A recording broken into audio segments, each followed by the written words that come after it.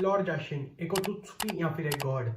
तो small PPs, अगर तुमने नारुतो सीरीज देखी है तो तुमने इस कैरेक्टर का नाम तो बहुत बार सुना होगा, लेकिन who the fuck is lord Jashin? तो अकॉर्डिंग टू हाइडान ये एक गॉड है और इसके फॉलोअर्स खुद को बोलते हैं जाशिनिस्ट। लेकिन अगर तुम इसके नाम को इंग्लिश में ट्रांसलेट करोगे तो उसका मतलब निकलेगा इविल गॉड, जो साफ साफ दर्शाता है ये एक इविल कैरेक्टर है।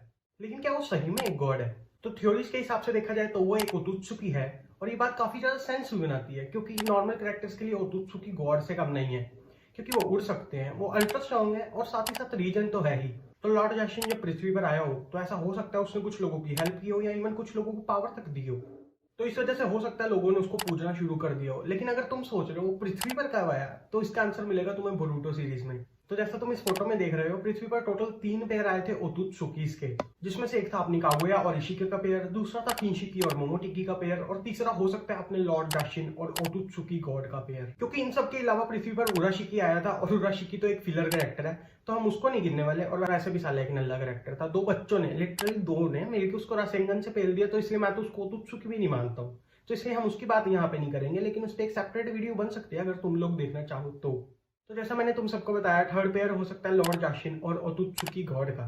तो इसको जस्टिफाई करने के लिए मैं तुम्हें 2-3 रीजन और देता हूँ। तो पहला रीजन तो काफी सिंपल सा है, हमें अभी तक एनिमे या मंगा में इन दोनों कैरेक्टर्स के अलावा किसी की हिंट नहीं दी, और ना ही मे भी फ्यूचर में देंगे, क्योंकि देनी होती तो अब तक दे चुके होते। क्योंकि हमें पता है किशिमोतो सर कितने अच्छे हैं फोर शेडोइंग करने में। अभी तो उन्हें फिर भी 1 महीना मिलता है मांगा का एक चैप्टर लिखने में। नारुतो के टाइम तो उन्हें एक हफ्ते में पूरी मांगा लिखनी पड़ती थी। सोच रहे हो, जिसका भी 1 महीना मिल रहा है, मतलब 4 गुना टाइम वो उन्हें 1 गुना टाइम में करना पड़ता था। और अब तो इवन उन्हें 2 साल भी हो गया ब्रूटो की मांगा लिखते हुए, तो अब तक वो इजीली कोई भी फोर शेडिंग दे सकते थे अगर उन्हें देनी होती तो इस वजह से हम कंक्लूड कर सकते हैं थर्ड पेयर उन दोनों का ही होगा। लेकिन जैसा मैंने कहा था 2-3 रीजन दूंगा, तो अभी बढ़ते हैं सेकंड रीजन पे, जो कि है कि ओत्सुकी गॉड को जब अपनी लास्ट चक्र फ्रूट चाहिए था गॉड बनने के लिए, तब लॉर्ड जाशिन ने खुद को सैक्रिफाइस किया और किसी को अपना वेसल बना लिया कारमा का यूज करके। और अब वो बस इंतजार कर रहा है उसका ओत्सुकीशन पूरा होने का, एंड उसके बाद वो भी खाए फिर अपना लास्ट चक्र फ्रूट और बन जाए ओत्सुकी गॉड। एंड मैं ऐसा इसलिए कह रहा हूँ, अगर वो एक ओत्सुकी गॉड का पार्टनर था उसके गॉड बनने से पहले, तो मोस्ट प्रोबेबली वो भी काफी ज्यादा स्ट्रॉन्ग कैरेक्टर होगा, और उसे भी बस 1 या 2 चक्रा फ्रूट की जरूरत होगी खुद ब खुद एक गॉड बनने के लिए।